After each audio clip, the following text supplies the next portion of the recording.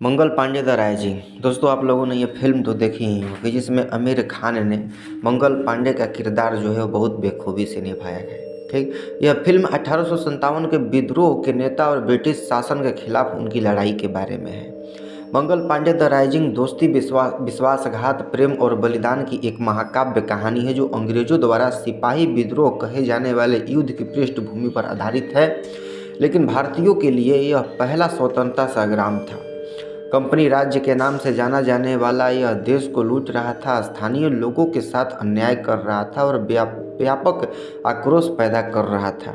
मध्य शताब्दी में कंपनी द्वारा लड़े गए अफगान युद्धों में से एक भयंकर लड़ाई के दौरान वीर सिपाही मंगल पांडे अपने ब्रिटिश कमांडिंग अधिकारी विलियम गॉर्डन की जान बचाता है। गॉर्डन मंगल का ऋणी है और उनके बीच एक मजबूती दोस्ती विकसित होती है जो रैंक और जाति के विचार से परे है।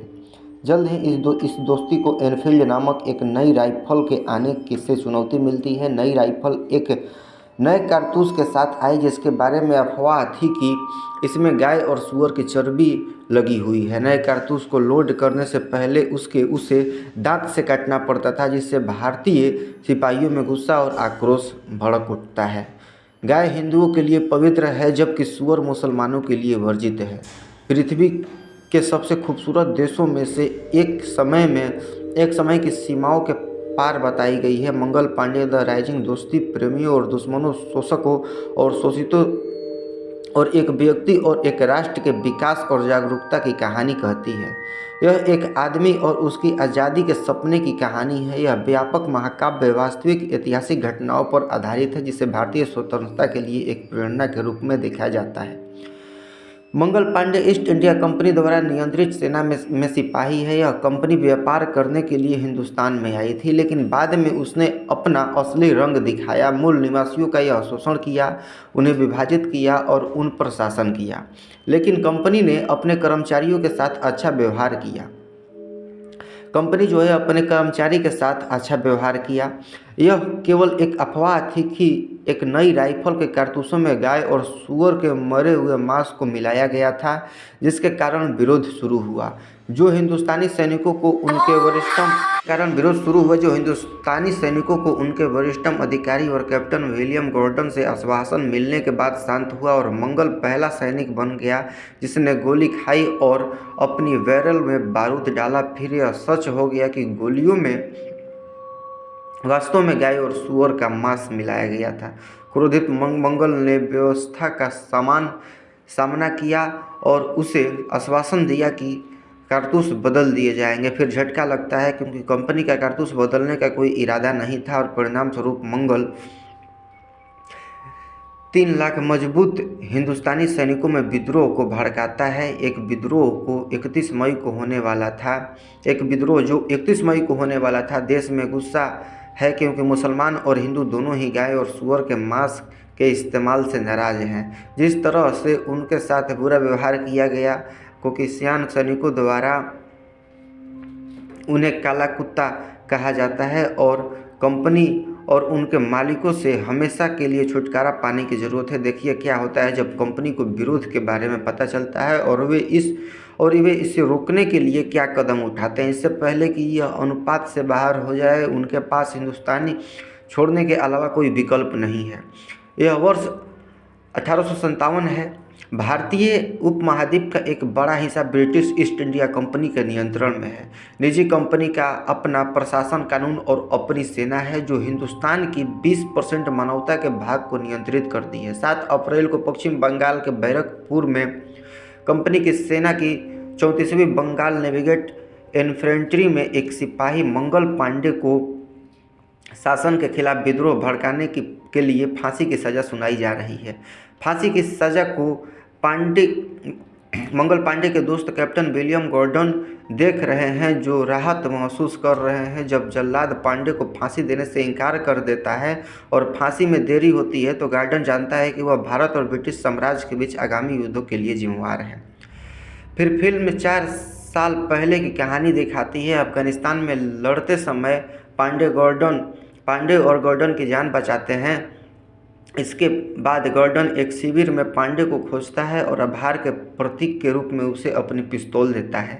4 साल बाद कलकत्ता में गवर्नर जनरल के महल में एक नए साल के पूर्व संध्या की पार्टी के दौरान मंगल पांडे कैप्टन हेवन को गुस्सा दिलाते हैं जब वह उन्हें एक भारतीय नौकर को बुरी तरह पीटने से रोकने की कोशिश करता है, क्योंकि उसने एमिली केंट को अनजाने में छुआ था, जो प्रभावशाली ब्रिटिश व्यवसायी श्री ग्राहम केंट की बेटी थी। गॉर्डन हमले को देखता है लेकिन इसे रोकता नहीं है, जिससे मंगल पांडे के साथ तनात पैदा होता है। हालांकि वह एक कुश्ती मैच के दौरान पांडे से माफ़ी मांगता है और उनके बीच रंग और जाति से परे एक दोस्ती बनती है। गॉर्डन मंगल पांडे के साथ मिलकर हेवसन के घुड़सवारी के गियर को भी नुकसान पहुंचाता है, जिसके कारण हेवसन एक हास्यपूर्ण तरीके से अपनी पीठ के बल गिर जाता है। अधिकारी लॉकवुड कंपनी का ऑडिटर है, जिसे विशेष रूप से भारत में कंपनी के मामलों को देखने और भ्रष्टाचार और गलत कामों के आरोपों की जांच कराने के लिए इंग्लैंड से भेजा गया है। भारत में कंपनी का सबसे बड़ा कारोबार अफीम है। कंपनी भारतीय किसानों को अफीम उगाने के लिए मजबूर करती है और इसके लिए उन्हें बहुत कम पैसे देती है। वे इस अफीम को चीन में ऊंचे दामों पर बेचते हैं और उनसे मसाले और रेशम खरीदते थे। जब चीन के सम्राट ने इसका विरोध किया तो कंपनी ने चीन पर हमला कर दिया और युद्ध के लिए भारतीय सैनिकों का इस्तेमाल करते हुए उनसे हिंग कांग छीन लिया। कॉकवुड एक पारसी व्यापारी सोहराबजी के गोदाम पर छापा मारता है और निजी तौर पर खरीदी गई अफीम के ढेर पाता है, जिसे चीन भेजा जाना था। सोहराबजी 3000 पाउंड की रिश्वत देकर लॉकवुड को बाहर निकालने की कोशिश करता है, लेकिन लॉकवुड अफीम का पूरा स्टॉक जला देता है, क्योंकि कंपनी का भारत में अफीम के व्यापार पर एकाधिकार है। जिन किसानों ने सोहराबजी को अफीम बेची उनकी ज़मीनें जब्त कर ली जाती है और जब वे विरोध करते हैं तो सेना उन पर गोलियां चलाती है और उनके गांव को आग लगा देती है।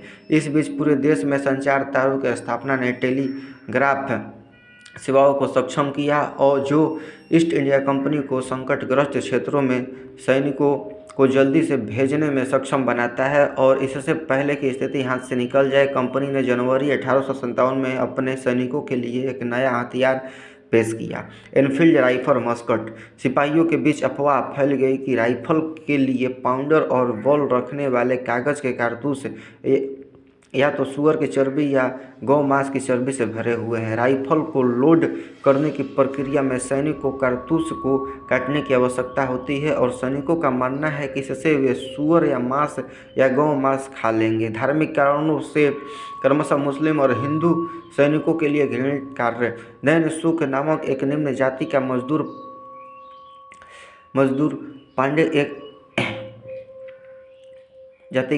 है। पांडे एक ब्राह्मण को चिढ़ाता है कि उसने ऐसी बंदूक का इस्तेमाल करके अपनी जाति खो दी, लेकिन पांडे नैनसुख के तानों को खारिज कर देता है। पांडे के नेतृत्व में सिपाही जनरल हर्षी से अपनी चिंता व्यक्त करते हैं, लेकिन वह उन्हें आश्वस्त करता है कि ऐसा कोई कारतूस मौजूद नहीं है। सिपाही चिंतित रहते हैं जब उन्हें बंदूक की ड्रिल में नई राइफल का परीक्षण करने के लिए कहा जाता है, लेकिन गॉर्डन हर्षी से बात करने के बाद दोहराता है कि ऐसा कोई कारतूस मौजूद नहीं है और एक सिपाही से राइफल का परीक्षण करने के लिए कहता है।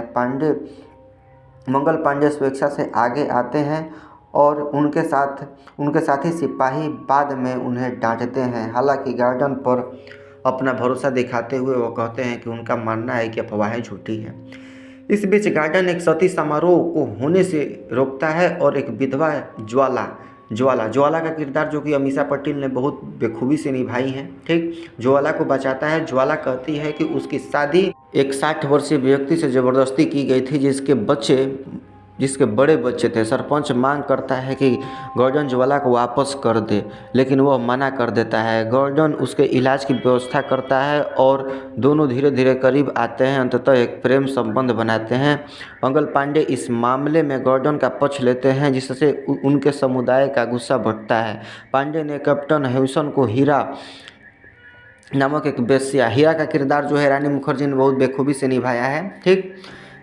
तो हीरा नामक एक वेश्या का यौन पीड़न करने से रोककर उसका गुस्सा और भड़काया, जिसे लोल विवि द्वारा विशेष रूप से ब्रिटिश सैनिकों के लिए चलाए जाने वाले वेश्यालय में बेच दिया गया था। जबकि ब्रिटेन में गुलामी पर प्रतिबंध था, कंपनी ने इसे भारत में अनुमति दी क्योंकि यह श्वेत सैनिकों के मनोरंजन का साधन था और इस तरह सेना किसी भी गंभीर बीमारी से मुक्त रहती थी। अगले दिन पांडे को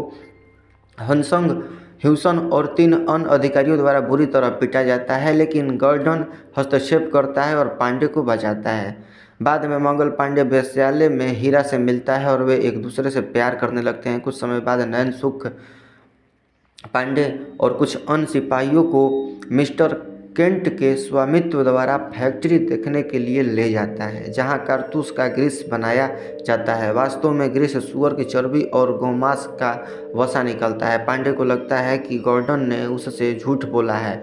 वह गॉर्डन की पिस्तौल लौटा देता है और उनकी दोस्ती खत्म कर देता है। 34वें रेजिमेंट द्वारा राइफलों का इस्तेमाल करने से इनकार करने के बाद बात सुनकर बहरामपुर में 19वीं रेजिमेंट भी 12 फरवरी 1857 को मैदान में परेड में उनका इस्तेमाल करने से इनकार कर देती है और सिपाहियों के बीच विद्रोह की भावना पनपती है। गॉर्डन पांडे और विद्रोहियों को विद्रोह करने से रोकने का असफल प्रयास करता है और इसी तरह भारत के commander in chief major general George Anson को कारतूसों का इस्तेमाल छोड़ने के लिए मनाने में भी असफल रहता है। इस बीच विद्रोही तात्या टोपे और उनके दूत अजीमुल्ला से मिलते हैं और वे सभी बुजुर्ग मुगल सम्राट बहादुर शाह जफर के नेतृत्व में एकजुट होने और विद्रोह करने के लिए सहमत होते हैं। एंसन विद्रोहियों को रोकने और उन्हें वश में करने के लिए रंगून से रानी की रेजिमेंट भेजने का फैसला करता है। यह 1 अप्रैल को बहरामपुर पहुंचने वाली है। हीरा पांडे को इस योजना के बारे में बताता है। पिछली रात हिमसंग के साथ बीता चुका है। विद्रोहियों ने 30 मार्च को मार्च करने के लिए अपनी समय सारणी में संशोधन किया, लेकिन विद्रोहियों में से एक की पत्नी अपने पति से एक बहस के बाद नाराज हो गई, जिससे उसने उसे आसन विद्रोह के बारे में बताया। अपने ब्रिटिश नियोक्ता महिला को योजनाओं के बारे में बता दिया।